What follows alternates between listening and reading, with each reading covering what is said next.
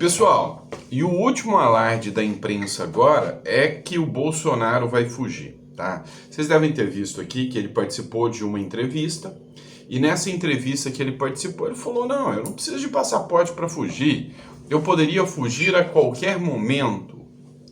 Falou o óbvio, pelo amor de Deus, né? Como se um passaporte fosse um subterfúgio para garantir que o Bolsonaro não fugiria, né? Para começo de conversa, o Bolsonaro pode entrar em qualquer embaixada, caso ele queira, né? E solicitar um asilo político, por exemplo, né? Então, assim, o que o Bolsonaro deixou claro nessa manifestação dele é que não é um passaporte apreendido que vai segurá-lo, né? Que vai impedi-lo de fugir. Bolsonaro poderia muito bem atravessar a fronteira, seja para o Uruguai, seja para a Argentina, seja para o Paraguai, né? O Paraguai e a Argentina, duas gestões de direita que pouco provável que o Bolsonaro não teria um asilo político se ele pedisse, né? O Bolsonaro já teve um momento que ele esteve na Argentina para a posse do Milei e regressou e retornou. E pelo amor de Deus, né? Todo mundo sabe muito bem que o Bolsonaro não tem a mínima intenção de fugir do Brasil, que o interesse dele é 2026, que o foco dele é o pleito eleitoral de 2026. O partido não estaria postando tantas fichas, né, no Bolsonaro para o Bolsonaro depois sair do Brasil, né, ser considerado um fujão e quebrar a expectativa do partido. O Bolsonaro sabe, né, que com o regresso do Trump, uma prisão do Bolsonaro teria uma reação internacional imediata, né? Tanto é verdade que essa semana teve uma manifestação, né, em países, na Espanha, né, por imigrantes venezuelanos que estão lá. E aí colocaram, né, uma faixa com as fotos de ditaduras, né, de ditaduras que perseguem opositores, ditaduras, né, que são contra a liberdade. E aí tinha foto do Daniel Ortega, do Dias-Canel, tinha foto do ditador Maduro, e bem do ladinho, lá do lado, adivinha quem estava muito bem representando o Brasil? O senhor Luiz Inácio Lula da Silva. Eu vou até colocar o vídeo aqui para que vocês vejam, né, esse momento de manifestação onde o Lula, né, tá ali equiparado ao Maduro, equiparado aos ditadores de Cuba, Nicarágua e outros cupichas por aí. O que a gente tem que ter uma observação acerca disso? Essa situação que foi gerada pelo próprio ministro Alexandre de Moraes para mostrar, né, que ele é o dono do Bolsonaro, que ele manda no Bolsonaro, porque todo mundo sabe que a decisão não tem nenhum cunho jurídico, tá? Não tem fundamentação jurídica nenhuma. O próprio Lula, presidente condenado a 25 anos em 2 processos na Lava Jato, podia viajar para cima e para baixo e que ninguém tinha um temor da fuga do Lula do Brasil. O Lula, que foi preso, encarou os dias na cadeia lá e saiu depois, né, e voltou a ser presidente. Talvez eles até temem, né, essa imagem do Bolsonaro, que o Bolsonaro possa ser preso, né, e depois retornar num retorno triunfal, o que daria, né, mais força ao discurso do Bolsonaro e enfraqueceria ainda mais a própria esquerda. Mas a realidade dos fatos é essa. Tem que ser muito burro para acreditar que o Bolsonaro tem intenção de fugir, né? Eu tô vendo muitos ativistas aí, galera da mídia aí, né, falando: Bolsonaro vai fugir.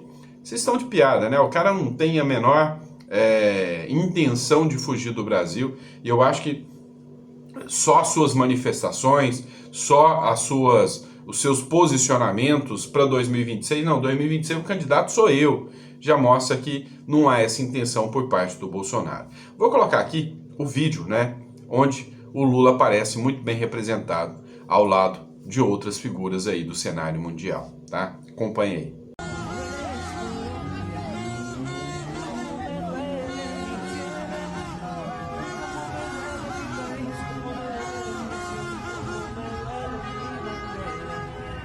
Dice la frase, Petro, dime con quién anda y te diré cómo eres. Tal cual, perfecta. Perfecta para representar a Gustavo Petro en este momento. Entregado a los peores terroristas de la historia. ¿Cómo es? Y tengo tanta fe de que ya llegará ese día, que en un solo corazón volveremos a cantar.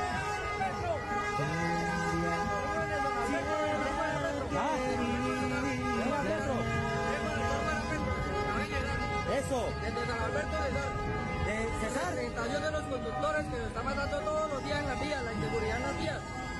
Todos los días están muriendo conductores en la vía. E aí, se sentiu orgulhoso de ver o presidente do seu país muito bem exposto numa faixa ali?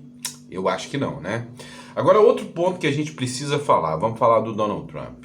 Duas coisas que o Donald Trump fez e que deixou a galera da Left People doidinha.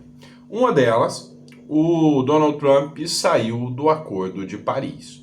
Tá, a gente vai falar sobre isso e explicar um pouquinho o que isso significa.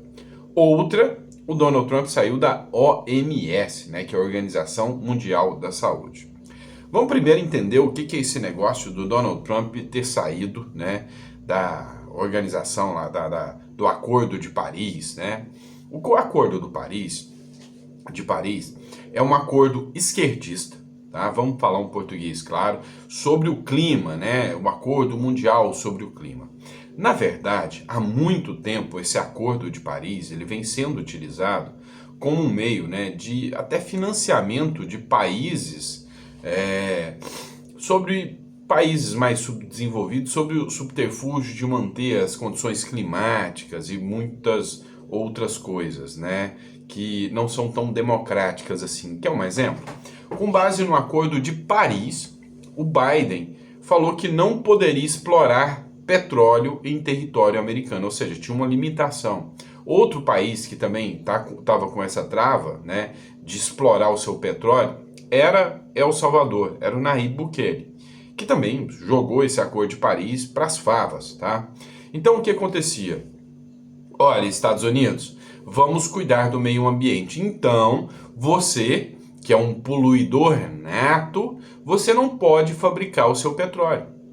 Então, como forma de compensação, você vai comprar petróleo da Venezuela. Pois é, então o Biden não podia produzir o seu próprio petróleo e precisava comprar o petróleo da Venezuela. É bem isso que acontecia. Então era uma forma de financiar narcoditaduras ao redor do mundo. Sempre foi um sistema para fazer esse tipo de coisa, né? Da mesma forma, é o que o Lula está mais buscando. Vamos fazer a COP30, né? No Brasil, nós vamos fazer essa COP30, vamos trazer investimentos para o Brasil.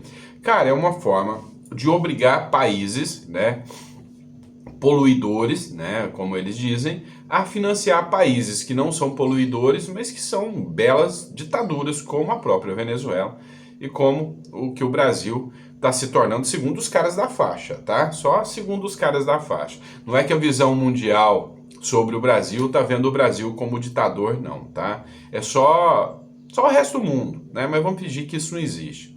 Então, o Donald Trump falou o seguinte, quer saber?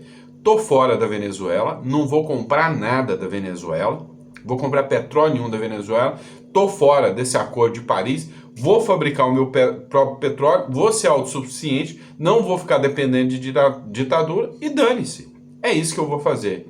Rapaz, pegou essa turminha aí de jeito, tá? Pegou essa turminha de jeito. Eu vou colocar um trechinho do vídeo aqui, onde o Donald Trump fala que ele não vai mais precisar do petróleo da Venezuela, né? Inclusive, chamou muita atenção outro ponto que eu vou falar logo depois do vídeo. Dá uma olhada aqui. O senhor está comprometido com a questão do Maduro no poder? Vamos ainda descobrir. Porque vamos parar de comprar petróleo da Venezuela. Não precisamos do petróleo deles. Pode ser, não queremos comprar. Nós não precisamos comprar. Temos muito petróleo nós mesmos. Presidente, vamos mudar a Venezuela. O recado que o Donald Trump mandou para a Venezuela foi mais ou menos o mesmo recado que ele mandou para o Brasil. Olha só, para a Venezuela ele falou, nós não precisamos do petróleo da Venezuela, eu não vou comprar petróleo da Venezuela, eu estou fora do Acordo de Paris e eu vou fabricar o meu próprio petróleo. Quando perguntado sobre o Brasil, o que o Donald Trump respondeu? Donald Trump falou o seguinte, espera aí, por que vocês estão achando que eu estou preocupado? O Brasil precisa muito mais de mim do que eu preciso deles. Cara, dói escutar isso, tá? Eu sei que é chato, mas é verdade, né? Vamos ser sinceros aqui, os Estados Unidos, né, hoje, acredito que precisa menos do Brasil do que o Brasil precisa dos Estados Unidos. O Brasil é um país com problemas, né, financeiros, com problemas estruturais. A estrutura brasileira, né, a infraestrutura, está muito aquém da infraestrutura norte-americana. É um país que muitos ainda não têm saneamento básico. E o pior, agora é um país que tem problemas de liberdade de expressão, é um país que tem autoritarismo crescente, é um país que está perdendo, né, a sua identidade, cara. E isso aí é péssimo. Quero que você coloque uma coisa na sua cabecinha. O Brasil é muito mais do que os Estados Unidos em recursos naturais, em riquezas naturais. Olha os minérios que nós não temos furacão, né? De vez em quando acontece um enchente, né? Isso é fato, mas assim, não se compara com os desastres naturais que outros países têm. Então, assim, as riquezas naturais que o Brasil tem são gigantescas. O problema é que o povo brasileiro está sendo conduzido a ser idiotizado para que essas figuras, né, essas figuras toscas da esquerda se mantenham no poder. O dia que o Brasil acordar, colocar um governo de direita, de verdade, que vai falar, não, agora nós vamos fazer um negócio diferente. Dá 20 anos para o Brasil. O Brasil virou a Singapura, meu irmão. O Brasil vira uma potência com um governo que presta, tá? Porque assim, calcule o seguinte, você que é empreendedor no Brasil, você que é empresário no Brasil, é como te colocarem numa corrida, você e um americano. O americano, ele tem os melhores tênis, a melhor roupa, com aerodinâmica, tudo do bom e preparado que o governo deixou ali e falou, ó, vai lá, ganha dinheiro para pagar mais impostos pra gente. E aí, né, colocam você para concorrer tendo o Lula como seu treinador. Então, ele vai te colocar descalço numa corrida, né, numa pista de brita pontiaguda, vai amarrar um saco de cimento nas suas costas, né? Você vai perder. O Lula é esse treinador, né? O Trump é o treinador que vai dar tudo de bom para os americanos. Essa é a grande diferença, tá? Essa é a grande diferença que, infelizmente, nós temos que admitir que existe, tá certo? Pessoal, e o lance da OMS que está assustando todo mundo? Olha só, vocês têm que entender o que está acontecendo. Por que que o Trump já chegou assinando 72 medidas, revogando ações do Biden, e um dos primeiros pontos foi sair da OMS e do Acordo de Paris. Agora, OMS, por quê? O Donald Trump, ele precisa mostrar, né, eu estou colocando a notícia aqui para vocês, ele precisa mostrar que ele não veio para brincadeira. Ele chegou para, sinceramente, mostrar que aquilo que ele prometeu que ele faria, ele vai fazer. Não é à toa que até o grupo de terror, Jamais, lá, correu para liberar os reféns depois que o Trump falou, olha, se os reféns não tiverem liberados, vai acontecer um inferno aí na faixa de Gaza. O Donald Trump veio com o seguinte recado, olha, eu estou disposto a brigar com todo mundo se for preciso. Eu vim para chegar e fazer a diferença. E aí ele precisa sinalizar com ações que são grandes e robustas, como, por exemplo, sair da OMS, a Organização Mundial da Saúde. Por que que o Donald Trump quer sair da Organização Mundial da Saúde? A Organização Mundial da Saúde é uma organização, assim como a ONU, que todo mundo já sabe. Cara, a esquerda já tomou conta, tá? Durante o período de pandemia, o Trump, assim como o Bolsonaro, foram amplamente perseguidos. Tanto é que o Biden, né, colocou perdão para todas as pessoas que atuaram durante a gestão perseguindo o Donald Trump sobre o período da pandemia, né? Colocou um perdão total sobre eles. O Donald Trump resgatou os militares que tinham sido expulsos, né? Fez uma sinalização aos militares que tinham sido expulsos por não acatar as regras sobre a Covid naquela época, pagando o retroativo de 5 anos e ainda pedindo perdão para os militares que foram expulsos por não seguir as regras da OMS. Então, os Estados Unidos, por exemplo, né, estão bancando a OMS com 500 milhões de dólares por ano, enquanto que países como a Espanha pagam 4 milhões de dólares, ou um pouco mais, não sei ao certo. Sei que assim, a diferença é estupidamente gritante, segundo informações do próprio Donald Trump. Então o Donald Trump falou, por que que eu, Estados Unidos, vou ficar gastando milhões e milhões do meu dinheiro para ficar bancando, né, esses países, a OMS, um órgão como esse, que só vai contra a liberdade. Então o Donald Trump dá uma sinalização grande falando, olha, tô fora dessa OMS, eu não vou entrar mais nesse teatrinho que vocês ficam inventando, eu vi que vocês não têm nada. Por exemplo, ele falou, não, e a China? Por que a China, que foi a grande responsável por muitas coisas, inclusive há um estudo norte-americano que fala que a China foi responsável pela produção da Covid, ou por deixar espalhar o Covid, né? É um estudo americano, até o Wall Street Journal já falou sobre isso. Então, por que a China não paga quase nada para a OMS e os Estados Unidos têm que bancar com tantos recursos assim? Né? Porque a gente sabe que o PIB, né, dos Estados Unidos é trilionário, é quase o dobro do da China, embora a China tenha 50 vezes mais população do que os Estados Unidos. Então, os Estados Unidos estão numa política de que, olha, eu vou parar de ficar bancando essa gente esquerdista, né?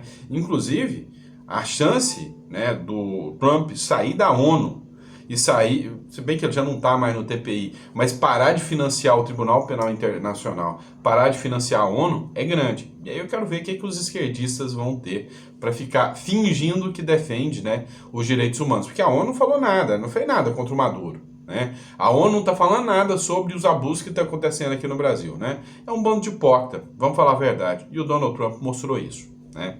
Realidade dos fatos.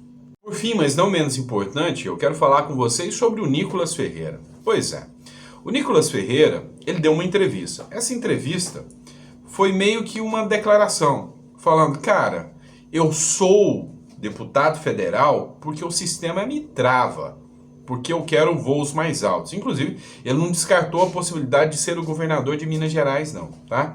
O que seria bom, né? Devido à questão da idade, não seria ruim, não, até devido ao fato do Nicolas Ferreira pegar, né, uma noção sobre administração no executivo, né, conhecer um pouco mais sobre o executivo, tá? Mas a grande verdade dos fatos é que o Nicolas, ele se propôs, né, falou, não, minha vontade é ser senador da República, eu não tenho idade, mas se a pauta, a PEC que está sendo proposta agora for aprovada, eu pretendo, né, sair do cargo de deputado federal. Eu não vou concorrer para deputado federal, até porque, cá entre nós, Nicolas Ferreira é grande demais para o cargo de deputado federal. Não tem como você falar que um cara de 320 milhões de visualizações num vídeo está adequado para um cargo de deputado federal. Não tem como você falar que um cara de 1,5 milhão de votos está adequado para um cargo de deputado federal. Popularmente falando, né, o Nicolas é grande demais para o cargo de deputado federal, e todo mundo já percebeu isso, né? E o Nicolas, né, todo mundo já sabe, o próprio Marçal já falou, muitas pessoas já apostam nisso, é o próximo presidente do Brasil. E o Nicolas, ele não quer dar pinta, ele não quer dar bandeira, mas quando ele fala, não, eu acredito que essa PEC, que reduz a idade do senador, do presidente, é boa, o Nicolas está se propondo a ser presidente da República, sim, tá? Mais jovem, tá? Por quê? Vamos lá, pensa comigo. Bolsonaro está inelegível e Bolsonaro não voltará a ficar elegível. Eu duvido muito. Se bem que eu tinha minhas dúvidas, né? Eu não tinha dúvidas. Eu tinha certeza que o Bolsonaro não ficaria inelegível. Mas com Donald Trump regressando, mas com a pressão, o próprio Bannon falou, não, nós dos Estados Unidos vamos partir para cima do Brasil e queremos o Bolsonaro elegível de volta. Talvez o Bolsonaro está apostando muito nessa ficha e pode ser que realmente esteja apostando nas fichas certas, tá? Mas digamos que o Bolsonaro permaneça inelegível. Precisa de um nome. E aí cá entre nós, cara, eu que sempre fui ferrenho defensor do Tarcísio, hoje digo, Tarcísio é o nome? Pois é, talvez não, né?